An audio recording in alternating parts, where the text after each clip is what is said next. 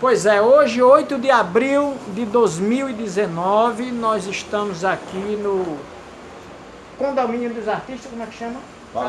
Palacete dos Artistas, entrevistando Roberto Luna. Roberto Luna foi homenageado hoje pela Rede Record. Pois bem, Roberto Luna, como é que você se chama verdadeiramente? Eu me chamo Valdemar de Farias. Só Valdemar de Farias? Só. Mas já foi Valdemir. É? Não, você não era Valdemir? Eu era Valdemir, mas acontece que quando foi para viajar lá da Paraíba para Recife, e em Recife pegar um navio, que foi o Pedro II, eu tive que pegar uma certidão de nascimento, que eu nasci em Serraria, mas eu fui registrado em Campina Grande. E é Paraíba também. Mas aí, quando foi para pegar a segunda via, que a outra via estava no Colégio Pio XI e não podia pegar de volta.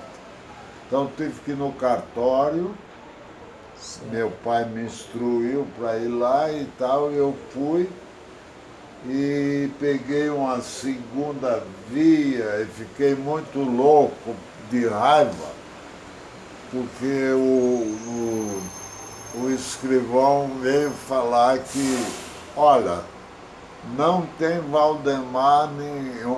Valdemir nenhum. Tem Valdemar com a mesma filiação. E o nascimento coincide, dia 1º de dezembro de 29. Certo.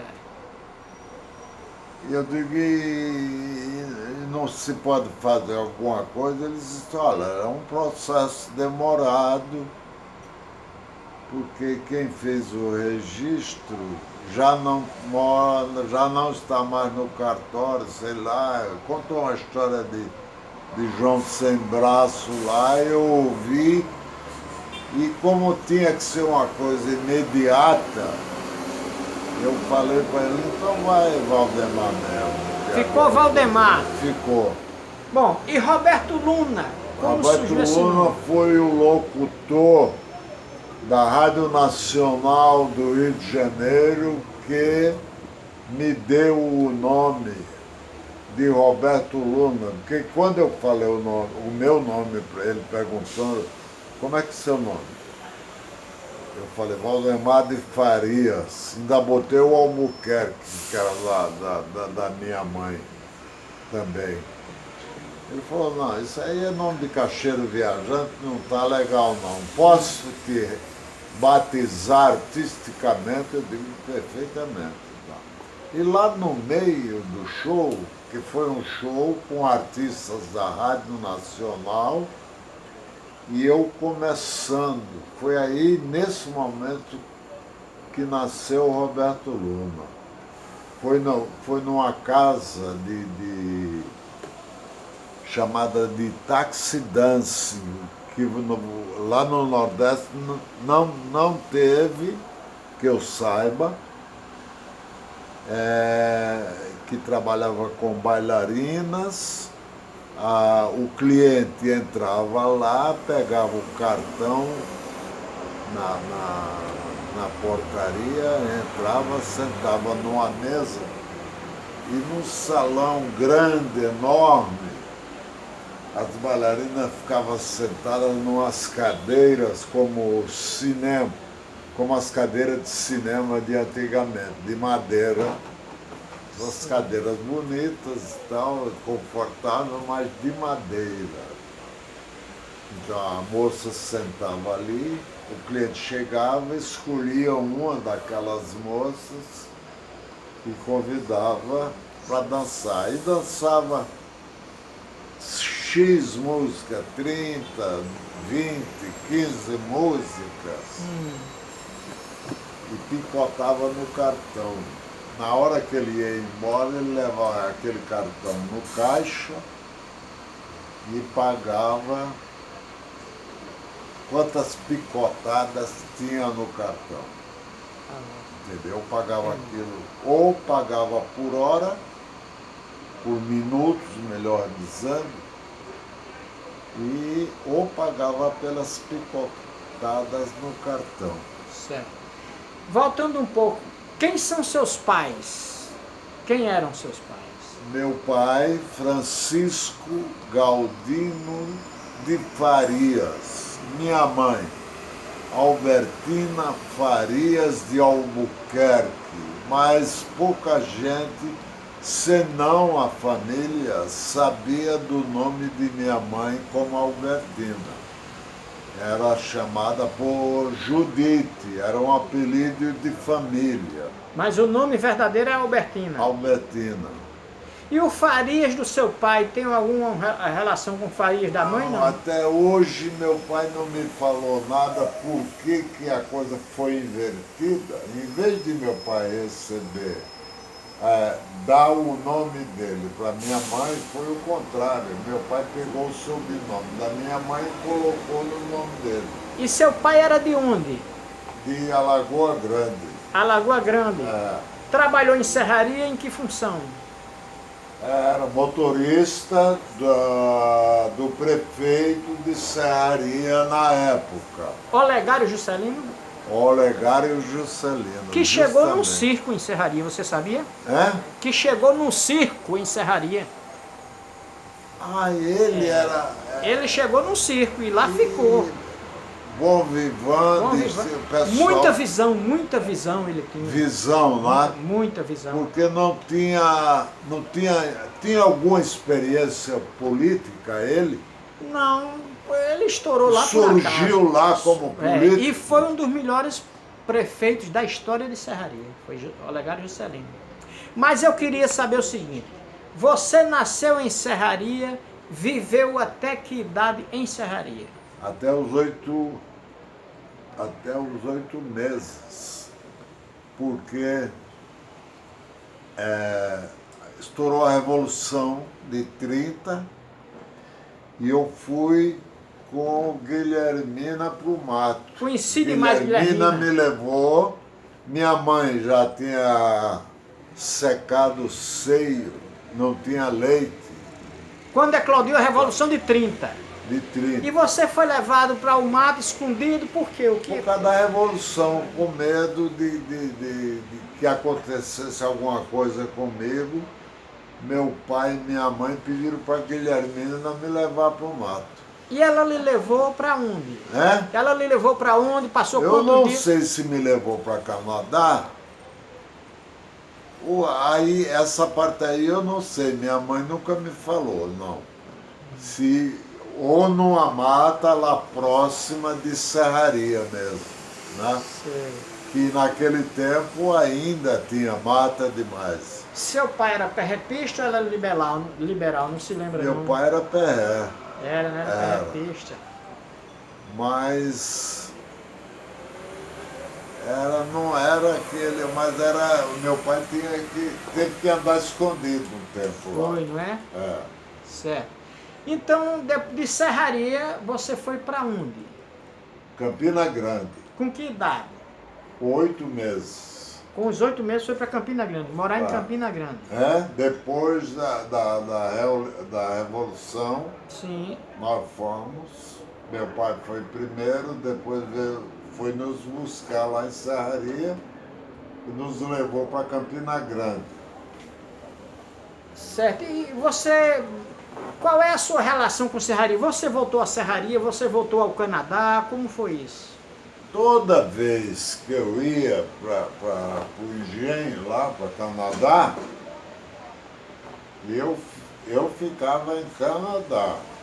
Não na cidade? Não na cidade, mas meu tio Salles, teu pai, ele me levava sempre para a serraria e onde ele ia fazer aquela escrituração da função dele de estatística. O recenseamento. Não lembro se já era IBGE. Instituto Brasileiro de Geografia e Estatística. Isso, de Geografia e Estatística. Eu lembro que ele preenchia umas folhas grandes. É isso mesmo, é o recenseamento. Desse tamanho, contando tudo, nascimento, mortes e os acontecimentos da cidade. Passava tudo por ele. Exatamente. Não é? Canadá, qual era a sua relação com o Canadá? Então, Canadá, eu ia, quando eu estava de férias, eu ia para Canadá. Aí o tio Salles me levava, Pra Serraria. eu ia com ele, me levava para a serraria. Às vezes a cavalo e às vezes a pé. Que era quanto dista para Canadá, a serraria? 6 quilômetros. Isso. 6, né? 6 quilômetros. Então, não era muita, era uma hora de pouco de viagem, a pé. Não é isso, mais ou menos? Ô Alberto? É isso mesmo. 1 hora e alguma coisa. É, por aí. E como eu era criança, o tio Salles andava mais ligeiro, mas ele me acompanhando, ou eu acompanhando a ele, que vem a ser a mesma coisa, talvez demorasse um pouco mais, que eu dava um pouco de trabalho, porque eu era muito pequeno. Nessa época, da minha lembrança, eu tinha por volta de 7, 8 anos. 8 anos. Eu me recordo que quando eu estava lá com a mamãe mocinha, nossa avó querida, quando chegava assim por volta de 10h30, 11 horas da manhã, ela pedia para a Bida, Ovídia Aurora de Farias. É? Ovídia Aurora de Farias. Isso, maravilhosa. Era. Pedia pra Bida o quê? Não, saudade delas todas, deles todos.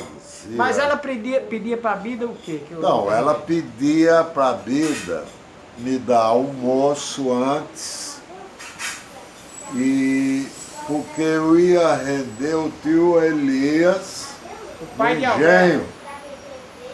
Ele era, né? Eu ia render, porque o tio Elias já... Eles tinham discutido, brigado entre eles, tio Salles, os 3 irmãos. Todos brigados.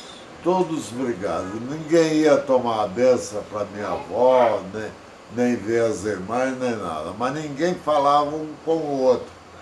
Mas até então, tio Elias não deixou de trabalhar no engenho, melhor dizendo, no alambique.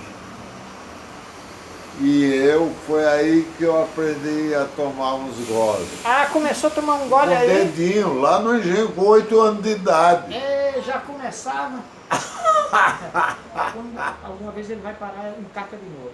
Sim, aí você já começava a tomar uma... Então, aquilo pingava de gotinha em gotinha, né? Eu ia lá com o dedinho, ó, botava, esperava o pinguinho aqui e botava na boca. E era gostosa, aguardente lá, melhor, eu tenho o gosto dela até hoje. Não. Você não teve amigos, colegas em Canadá em serraria, não? Teve quem? O Hermes de Castro. E o José de como era o nome do pai dele? Seu Augusto. José de Augusto, que era soldado da PM lá. E era o que de Hermes de Castro? Ele era o que de Hermes de Castro, esse Zé Augusto? Do Hermes? Sim. Era irmão. Era irmão. Irmão. Era seus colegas? Era. E você... Não, o Hermes, era colega, amigo e companheiro do tio Elias. Ia para todo lugar que o tio Elias ia, ou o Hermes ia, um convidava o outro e tal, vamos para tal lugar, tal dia, tá? Eles eram solteiros, namoradores. E na você época. ia também? É? E você ia? Eu ia, não ia todas as vezes não, porque tinha os lugares que eu não podia aparecer, Frequentar, né? eu acho, né? É. Agora, quem me levou para Gandaia mesmo foi seu pai. Meu pai? É. Eu pensei que era tanto, Deus ele era o sabe. santo. Não, lá em Serraria mesmo, Foi? tinham lá no final da rua. Da rua Pissarreira, da... chamada Pissarreira. Então, ele agora, um parênteses, ele era solteiro. Solteiro. Você se lembra quem eram as damas da... Quem? Você se lembra quem eram as damas do Bataclan de Serraria? Não, uma vaga lembrança. Tá. E eu também, agora eu lembro melhor do pessoal lá do Bataclan, lá de João Pessoa. Que o meu tio, irmão do meu pai, é que ia para lá. Quem era ele? Rosemiro. Não conhecia. Irmã de Toinha de Andés? É? Isso. Não conhecia. Isso. Você não conheceu porque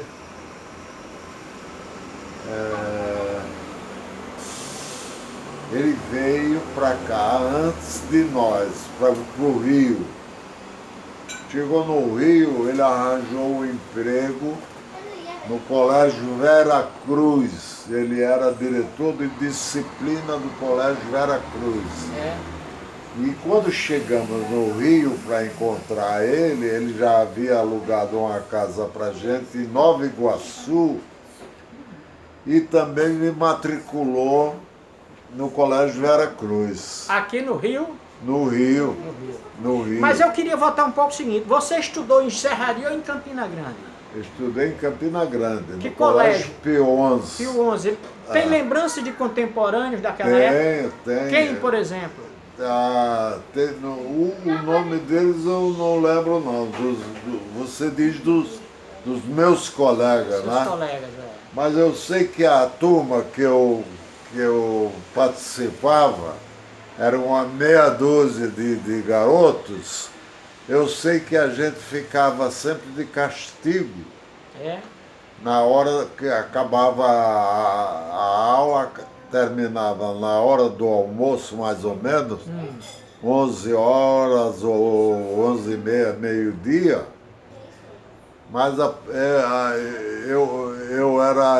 turma era sapeca demais. Tinha uma história de chamar a professora de miolo de lápis, não tinha Essa isso? foi antes do Colégio Pio XI. Foi a minha primeira professora querida, de quem eu tenho muita saudade. Lembra o nome dela? Miolo de lápis. Ela, mas... Por que chamava miolo? Porque era negra, Era, né? retinta, Retinta. maravilhosa. Mas eu ficava com meus vizinhos, amigos, Paulo Imperiano de Cristo e Holanda Imperiano de Cristo e Pedro Imperiano de Cristo, Bubuta, que era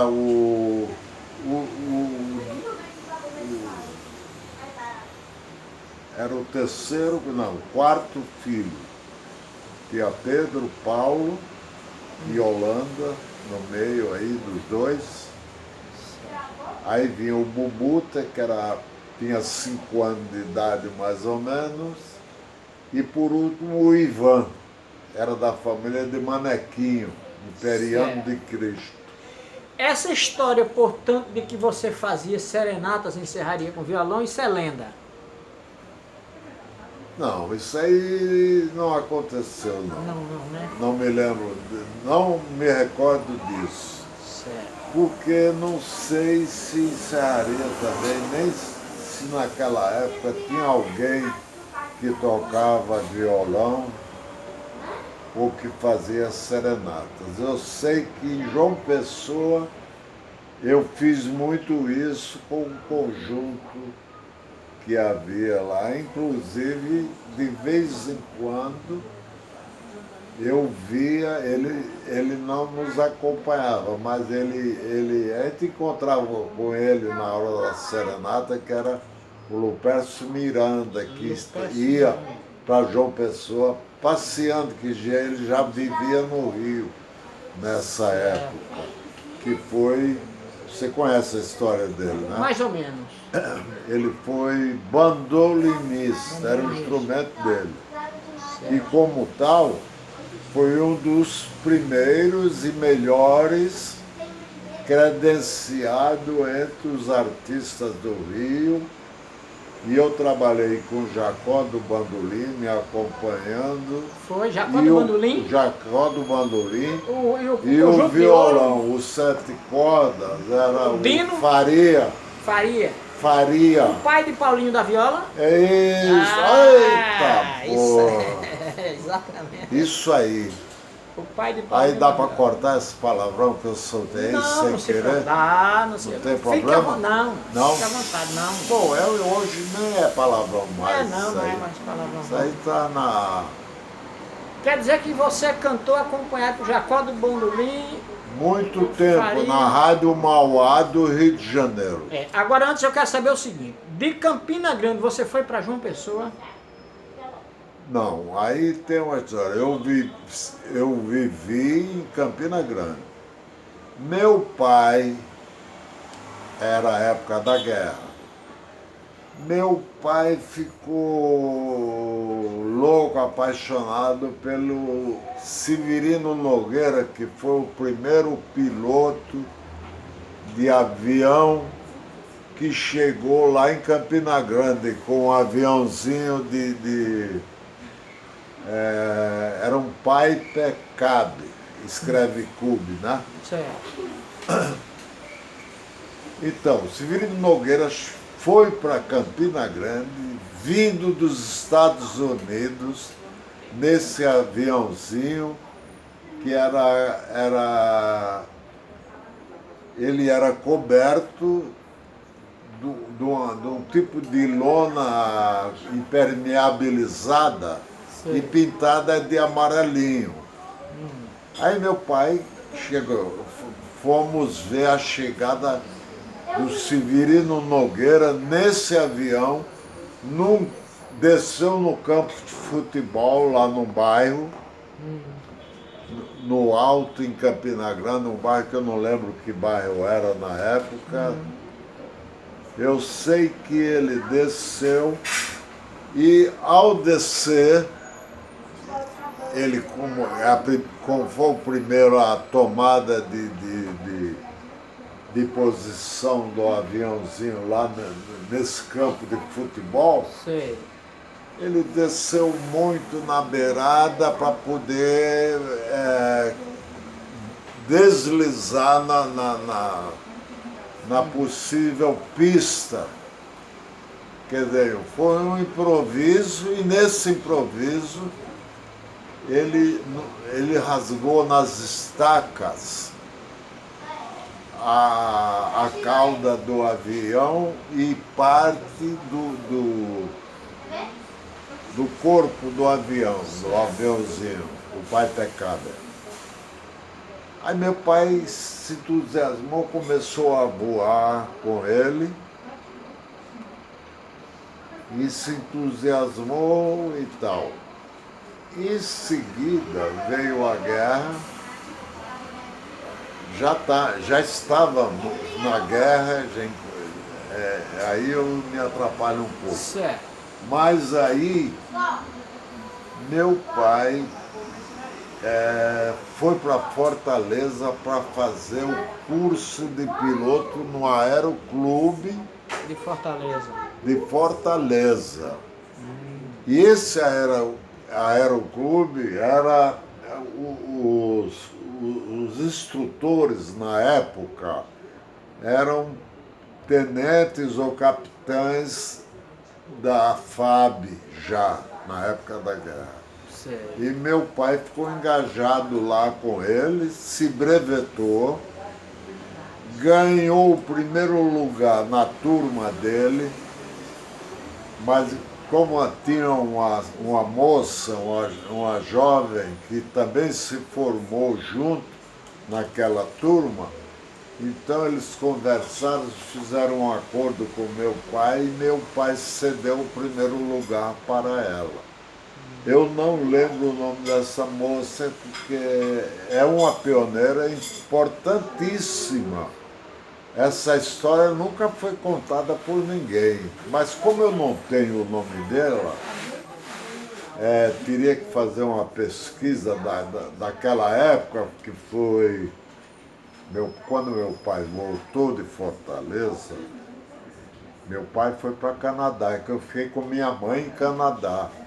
Minto, eu fiquei um tempo não muito grande em Campina Grande com a bodega, uma vendinha que meu pai comprou para a gente ter alguma coisa para Sobreviver. então, sobreviver. Eu não tinha experiência de nada, mas tinha um pouco de esperteza e tal. Então eu fazia as compras e tal, e deixou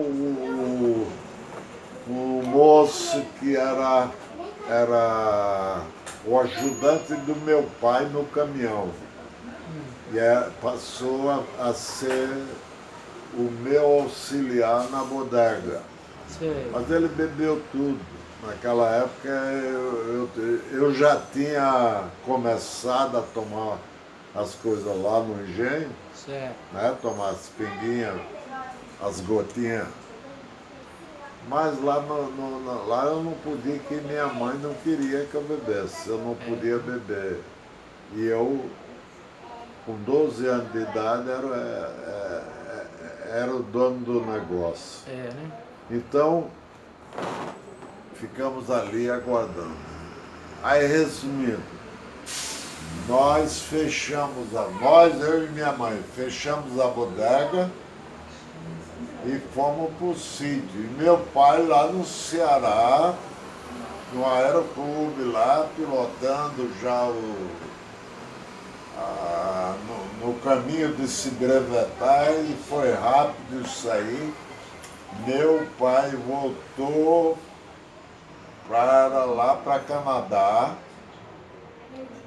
já brevetado, e veio ficar uns dias lá conosco, porque ele foi convidado pelos americanos para ir trabalhar na base aérea De Natal. de Valdecães, em Belém do Pará. Aí meu pai ficou trabalhando na construção da base aérea. Meu pai era piloto do coronel americano lá. Então meu pai ficou numa posição muito boa lá, porque ele pilotava, às vezes pilotava um avião que era que descia na água, como era o nome? Eu sei qual é. Ele pousa na água, tem umas... Ele pousava na água e pousava em terra. Hidromotor, tem um nomezinho assim, hidro, não sei o quê. Um hidroavião. De pequeno porte também, mas meu pai já pilotava, ele já tinha licença para pilotar. Então ele servia o coronel e vestia a roupa dos americanos. A roupa que o coronel vestia, meu pai também vestia. Era um tipo de macacão, caque, a cor. E aquilo eu vesti depois. Meu pai, quando chegou, meu pai já chegou decidido a vir para o Rio de Janeiro, onde ele procuraria se conhecer a escola de pilotos aviadores da Varig ou da VASP, que já operava há algum tempo, pouco tempo, que era ano o quê? 44, quando nós chegamos no Rio, dia 2 de janeiro de 45. Vocês embarcaram de Recife? Embarcamos no Recife. Em comboio? No comboio. O navio levava também um comboio do Exército que veio se juntar ao Regimento Sampaio no Rio de Janeiro e que, por sua vez, levou 2 ou 3 meses ainda no tipo de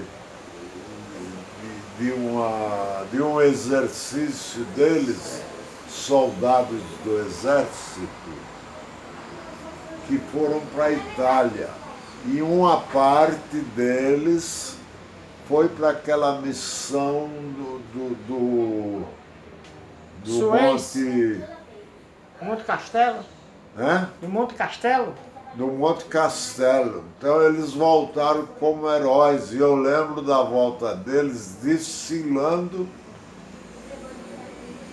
na Avenida Rio Branco, na volta deles depois da guerra ganha em seguida, que terminou em maio de 45, certo, se não estou enganado. Quando você embarcou, o navio levava também a Orquestra Tabajara de Severino Araújo. Uma coincidência grande, né? Foi uma coisa louca, mas a gente não teve contato com os músicos.